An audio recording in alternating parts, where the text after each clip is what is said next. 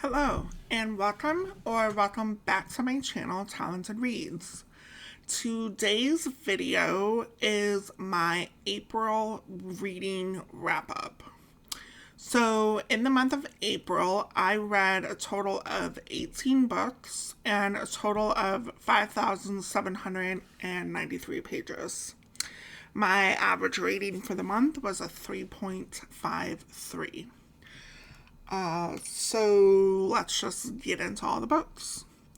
For my horror challenge, which is a challenge in which I read a group of books associated with a specific subgenre of horror, I will do a dedicated horror wrap-up video for what I read in April. So let's just run through those books really quick here.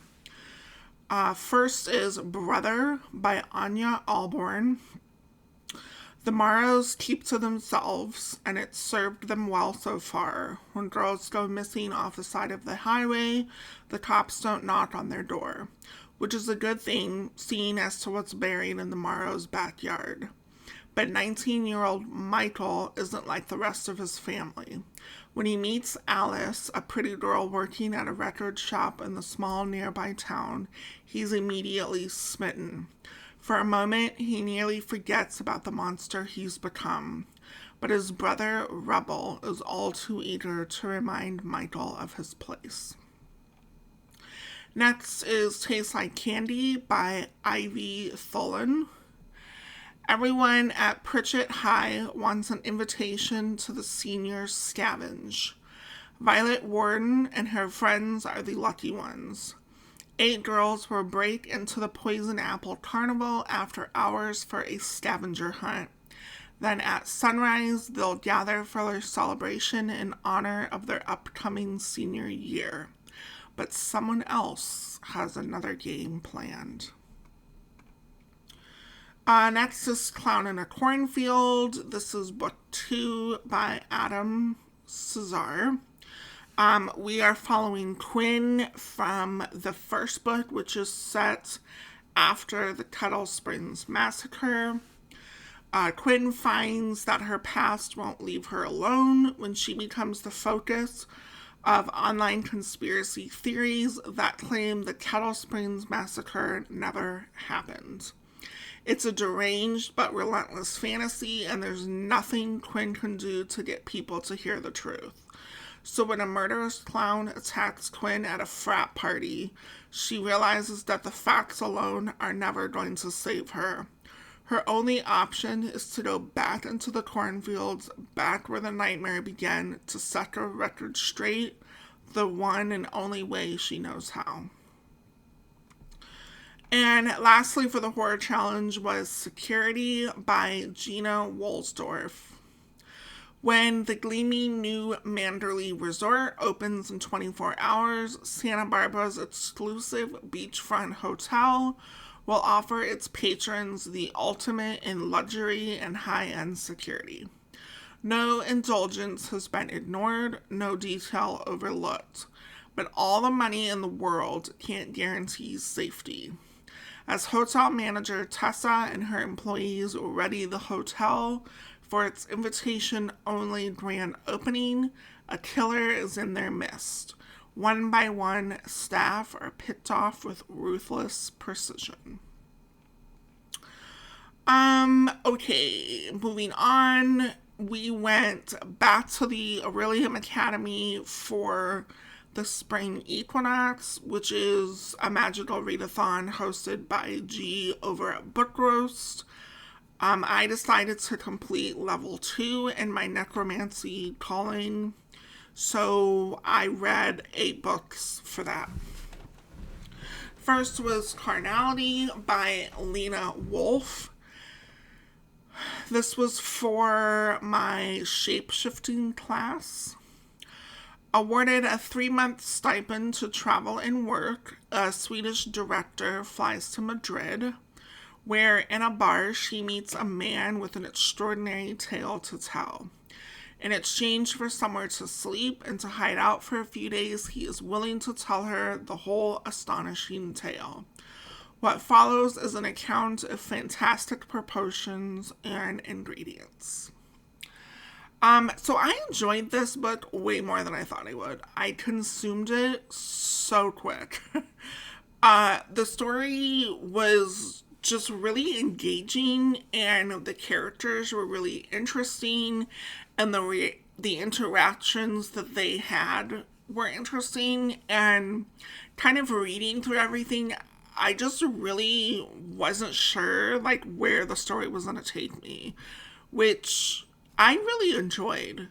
When we met Lucia the nun, which is kind of like the focus of the story, that's kind of where the story dragged a little bit for me. I was less engaged in learning her backstory, though after reading the book, I see its importance. And that ending, that completely caught me off guard. It was fantastic. Next is I Am by Maggie O'Farrell. This is for the Animal Studies class.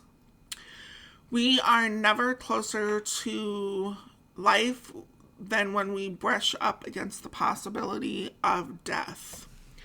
This is Maggie O'Farrell's astonishing memoir of the near-death experiences that have punctuated and defined her life. 17 discrete encounters with Maggie at different ages and different locations reveal a whole life in a series of tense visual snapshots. After reading this book, I realized my life was kind of boring. It was, I think, cool to see the progression of things from a younger age to older age.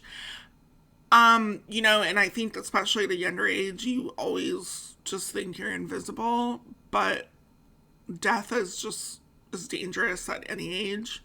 It didn't have a chronological order. We kind of jumped from past to present, but the order in which she tells the story, I think, fit well.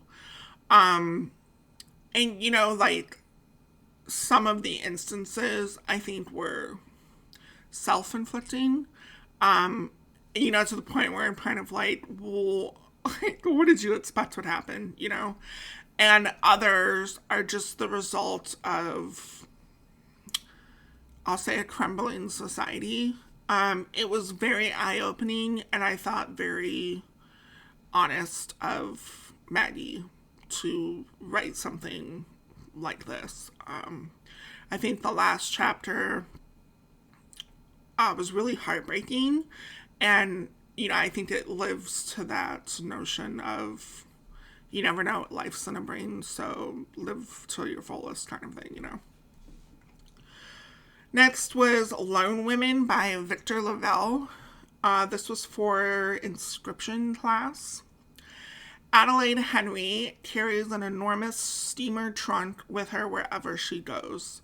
It's locked at all times because when the trunk opens, people around Adelaide start to disappear. The year is 1915 and Adelaide is in trouble. She flees California in a hellfire rush and makes her way to Montana, taking advantage of the government's offer of free land for those who can tame it, making her a lone woman. It's that Adelaide isn't alone. I wanted so bad to like this. I liked Adelaide's character, and of course, with the time period of the 1915 and her being Black and young offered up some extra challenges, horrifying as they were to the book. But the real downer for me is this trunk. Like, in that synopsis, like, it's just mysterious, and this whole thing surrounding the trunk, and you're like, ooh, what's going on with the trunk? And it played such an important role in the beginning of the book. And, it made for this, like, really dangerous, mysterious thing. And then it's, like, all but abandoned early on in the book. It's like, I don't know. I was like, really? And the reason for the trunk and, like, what was inside the trunk was just, I don't know, ultimately disappointing. Next is Hydra by Matt Wolowski. This was for Conjuration class. One cold November night in 2014, in a small town in the northwest of England, 21-year-old Arla MacLeod bludgeoned her mother, father, and younger sister to death with a hammer in an unprovoked attack known as the MacLeod Massacre. Now incarcerated at a medium-security mental health institution, Arla will speak to no one but Scott King, an investigative journalist whose Six Stories podcasts have become an internet sensation. Six Stories is a podcast that investigates a murder in 6 episodes from 6 different perspectives. So this is the second book in the Six Stories series. And although it's considered a series, like, you can read any of the books in any order, they just are all from the one podcast, right? They don't really link to each other. But anyways, I read the first book, Six Stories, a couple years ago, and I absolutely loved it. It still remains a favorite. This one is set in the same, like, podcast type format, but I actually liked this one slightly less than the first one. The eye on the cover plays a role in the narrative, which was really cool. And I thought the perspectives in the episodes were interesting, all but the last one, which is really where the story fell apart for me. I think the author took an easy way out. It felt like after the 5 episodes, I wasn't sure, like, where to go, and knew, like, obviously the 6th episode is supposed to be the last episode, so we just stuck something kind of random in. Like, I guess it made sense, but it's still, I don't know, just was unsatisfying, I guess. But with that said, I am very much looking forward to checking out the other books in the series. I think there's like 6 of them. Yeah. Next is Mona by Paula Orlatswick. This was for the Restoration class.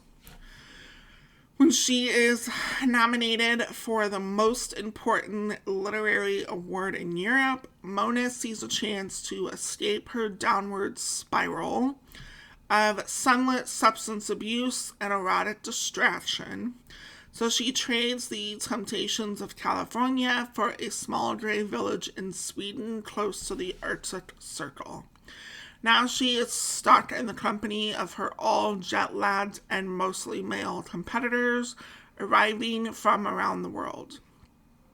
Isolated as they are, the writers do what writers do. Exchange compliments, nurse envy and private resentments, stab rivals in the back, and hop in bed together. All the while, Mona keeps stumbling across the mysterious traces of a violence she cannot explain.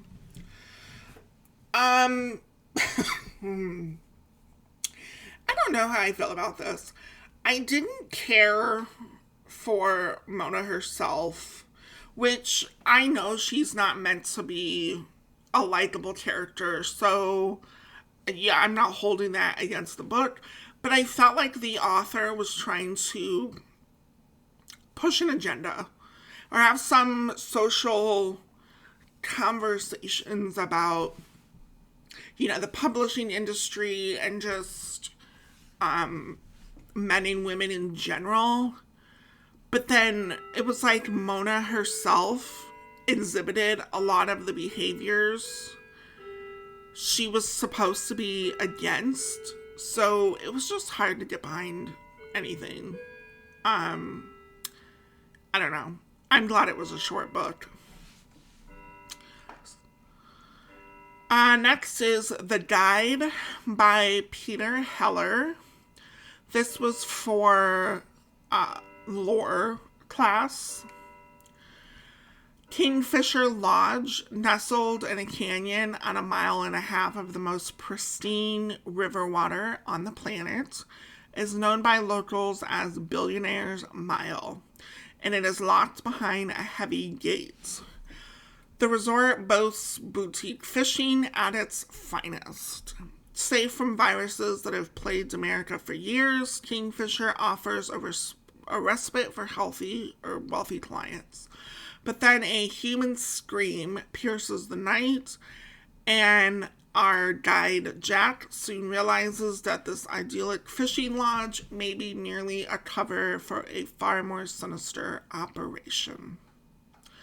So, first I will say, if you want to read about someone who likes fishing, wants to read about fishing on a glorious river, you know, how to put bait on your line, the different types of fish, how they move in the water, and just some random old fishing knowledge, then this is the book for you because, oh my God, there's a lot of fishing talk in here. Second, I will say it took far too long for the plot to get moving. We were past the halfway mark in the book where things started to pick up, and then it just seemed to all happen too quick. And then it ended, and then the last chapter was set in the future. I don't know, it was just, it lost me in the last quarter of the book. So that's it for the Aurelium Academy. There were 2 other books that I did read for my Spells and Incantations class and Demonology class, which were actually horror challenge books, so obviously I'm not going to talk about those here. Let's see, what else we got? I read some ARCs this month, which stands for Advanced Reader Copies. There were, I think, 4 of them. First is Jackal by Aaron E. Adams. Liz is coming home, reluctantly. As a Black woman, Liz doesn't exactly have fond memories of Johnstown, Pennsylvania, a predominantly white town.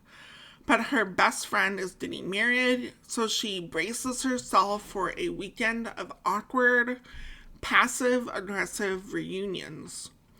Liz has grown, though, so she can handle whatever awaits her. But on the night of the wedding, somewhere between dancing and dessert, the newlywed's daughter, Caroline, disappears, and the only thing left behind is a piece of white fabric covered in blood. Okay, so I didn't think this was bad. I did like the tie-in to the book title. I will say that as a clue. Hint, hint. So the creature feature part of this was unique and not something I was expecting, though I feel like I should have kind of expected it. And this was advertised as a horror, but I definitely think it's more thriller than horror. I think the mystery was thought out. There were some good plot twists, a little soft, but still unexpected. And I think with the focus of it being a horror, there was some missed opportunity to really kick up the thriller vibes and just have some really good plot twists that had more of a punch. It dragged a little bit in the middle. There seemed to be some repetition. But Jackal was Erin's debut novel, and I believe she has another book slated to be released in 2024, which I will for sure be checking out. Thank you to NetGalley and Ballantine Bonton Books for the art. This was released October of last year. Next was Our Share of Night by Mariana Enriquez. I did receive this as an ebook, but I have actually purchased myself a copy to read it physically. A young father and son set out on a road trip, devastated by the death of the wife and mother they both loved. United in grief, the pair travel to her ancestral home, where they must confront the terrifying legacy she has bequeathed. A family called the Order that commits unspeakable acts in search of immortality. But how far will the father go to protect his child, and can anyone escape their fate? Ooh, I struggled to rate this book. While there was nothing wrong with the book, and I thoroughly enjoyed the content and the characters, and I thought for sure it was going to be a 4-star for me, it was just so long. Like, I understand the length. We got the full picture, but I honestly believe that the book could have achieved the same impact with, I don't know, like a couple hundred less pages. I loved the hand on the cover and loved the hand imagery in the book. The relationship between Boy and his father was tough to read, but ended up being so much different than what we got in the beginning. There are some cult themes in the book, obviously, with it being called The Order. Certainly a dark cult, and, where there's a cult, there's people from the inside that want to take it down, which I like to see. There's this kind of a rift between worlds. That was interesting, though I don't honestly fully understand the need to go there and what its purpose served, but this was a translated work. I'm impressed with the translation. I didn't read like a translated book. And I will definitely continue to read Mariana. I have a couple of her other books on my shelves, so thank you to NetGalley and Hogarth for the art. This was released February 7th. Next is Antimatter Blues by Edward Ashton. This is the sequel to the first book, Mickey 7. Since Antimatter Blues picks up where Mickey 7 left off, I'll just talk about the synopsis of Mickey 7 really quick because I don't want to give away any spoilers. Mickey 7 is an expendable, a disposable employee on a human expedition sent to colonize the ice world Nephilim. Whenever there's a mission that's too dangerous, even suicidal, the crew turns to Mickey. After one iteration dies, a new body is regenerated with most of his memories intact. After 6 deaths, Mickey 7 understands the terms of his deal, and why it was the only colonial position unfulfilled when he took it. But life on Nephilim is getting worse. The atmosphere is unsuitable for humans, food is in short supply, and terraforming is going poorly. The native species are growing curious about their new neighbors, and that curiosity has Commander Marshall very afraid. Ultimately, the survival for both life forms will come down to Mickey 7. That is, if he can just keep from dying for good. So I really enjoyed Mickey 7, and I enjoyed Antimatter Blues just as much. I loved that in the second book, it was set more on the planets rather than in the colony headquarters. So it was kind of cool to see kind of like the inside and outside of this space world that they're living on. Also loved that we got to see more of the species, the friendly, curious neighbors, that we met in the first book, and was also thoroughly surprised at the end. It doesn't seem like there will be another book, but I could be convinced. And of course, I would be more than happy if the series continued, because I do love these characters. Thank you to NetGalley and St. Martin's Press for the art. This was released March 14th. And lastly, for my arts was Play the Fool by Lena Chern. For Katie True, a keen gut and quick wit are just tools of the trade. After a failed attempt at adulting in Chicago, she's back in the suburbs, living a bit too close to her overbearing parents, jumping from one dead-end job to the next, and flipping through her tarot deck for guidance. Then along comes Marley. Mysterious, worldly, and comfortable in her own skin, Marley takes a job at the mall where Katie peddles Russian talkshows. The two just get each other until the day Marley disappears. I feel like this is just a good mystery, which definitely feels like more of a cozy mystery. I personally like my mysteries a little darker, which is why I just felt like this wasn't a new favorite, even though it was still an okay read. I really enjoyed the characters. I thought Katie and her brother were great. I loved their banter, and her brother made me laugh out loud several times. He's honest to a fault, but I loved some of the social awkwardness that kind of came with his demeanor.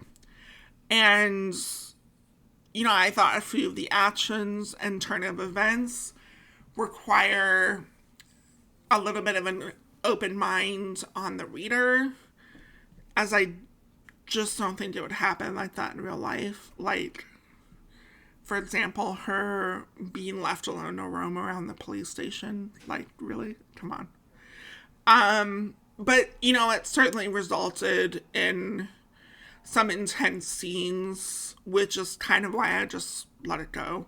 All in all, an enjoyable read, but not a favorite. Thank you to NetGalley and Ballantine Books for the art. This was released March 28th.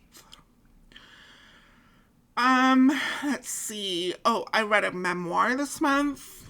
I'm Glad My Mom Died by Jennette McCurdy. Jennette McCurdy was 6 years old when she had her first acting audition. Her mother's dream was for her only daughter to become a star, and Jennette would do anything to make her mother happy. This was really hard to read. I feel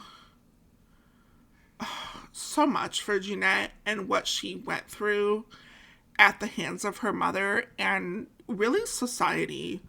The notion of wanting to break free, but being trapped and having it out through eating disorders and addiction.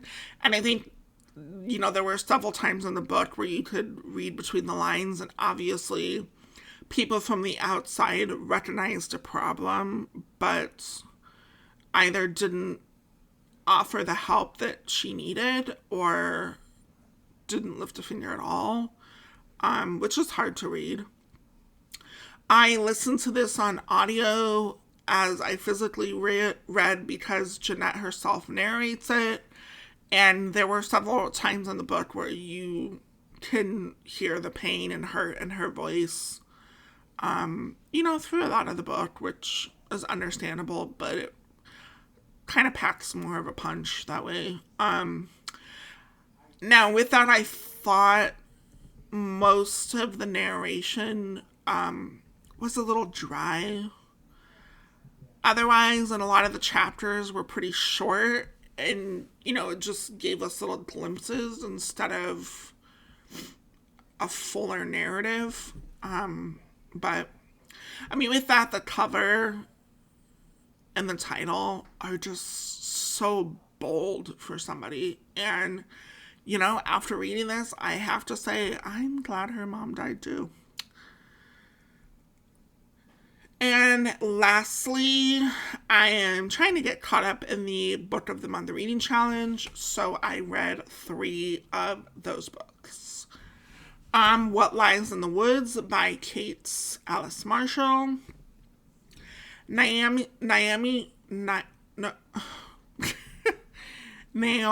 Shaw used to believe in magic.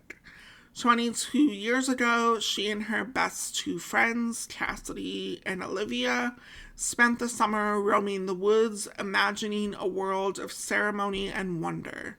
They called it the Goddess Game. The summer ended suddenly when Naomi was attacked. Miraculously, she survived her 17 stab wounds and lived to identify the man who had hurt her. The girl's testimony put away a serial killer, wanted for murdering 6 women. They were heroes. And they were liars. I really enjoyed this mystery thriller. The crime was pretty brutal to read. And again, rough for any child to deal with. And you really saw kind of the pressure from the police force to make an arrest, which of course hurts all the parties involved. I loved the slow reveal of what happened that night as it came together in a way which I wasn't expecting either. So that was a nice little surprise. And, although it was a slow reveal, I thought it was still pretty action-packed, which was a nice mix. Next is I Have Some Questions for You by Rebecca Mackay. A successful film professor and podcaster, Bodie Kane is content to forget her past, the family tragedy that marred her adolescence, her 4 largely miserable years at a New York, Hampshire boarding school, and the murder of her former roommate, Thalia, in the spring of their senior year. Though the circumstances surrounding Thalia's death and the conviction of the school's athletic trainer, Omar, are hotly debated online, Bodie prefers to let sleeping dogs lie. But when Granby School invites her back to teach a course, Bodie is inexorably drawn to the case and its increasingly apparent flaws. In their rush to convict Omar, do the school and the police overlook other suspects? Is the real killer still out there? So this had a very similar storyline to the previous book that I just talked about, but written so differently. I felt like this book was written more like a nonfiction. It was really dry and matter-of-factly for such a really intense thriller read. You could tell it was trying to be an intense thriller read, but it just was too dry to get any of those feelings.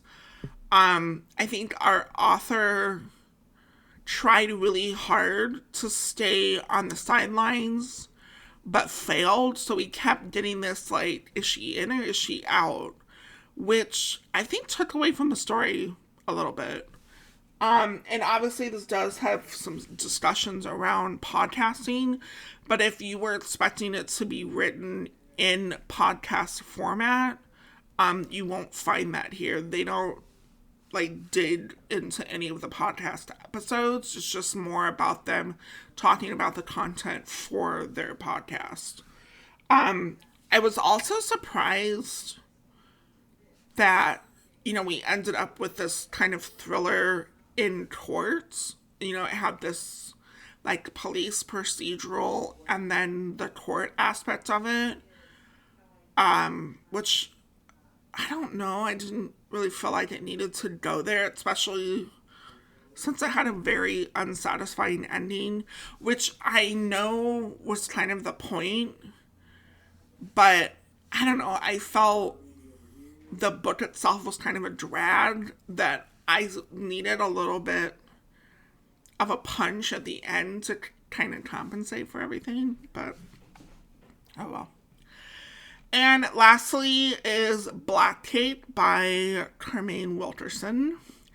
In present day California, Eleanor Bennett's death leaves behind a puzzling inheritance for her two children, Byron and Benny. A black cake made from a family recipe with a long history and a voice recording. In her message, Eleanor shares a tumultuous story about a headstrong young swimmer who escapes her island home under suspicion of murder. The heartbreaking tale Eleanor unfolds the secrets she still holds back, and the mystery of a long-lost child challenge everything the siblings thought they knew about their lineage and themselves. What a book. Heartbreaking story about family, the strength of friendship, the importance of food and culture. I thought the author's decision to write this as two kids listening to their mother's story after her death was such a smart move for the storyline. Because I think it's ultimately about the two children and, as they're kind of coming to terms with generation, understanding, and lineage, with her mother kind of being a character, but obviously with her death and her just telling the story through a recording leads it to be more, important for her two children, which was such a cool way to do that. There was a lot that was revealed, but I think we got enough backstory to understand its importance and the impact that each decision kind of had on the rest of everybody's lives. It was just beautiful. My only qualm, which is nothing of the author, but I really wish I had a recipe for black cake in it. Well, that's it for today's video. How did your April reading go? Any new surprises? Any new favorites? Anything you want to recommend me? Because I like those. Thanks for stopping by, and I'll see you in the next video. Bye.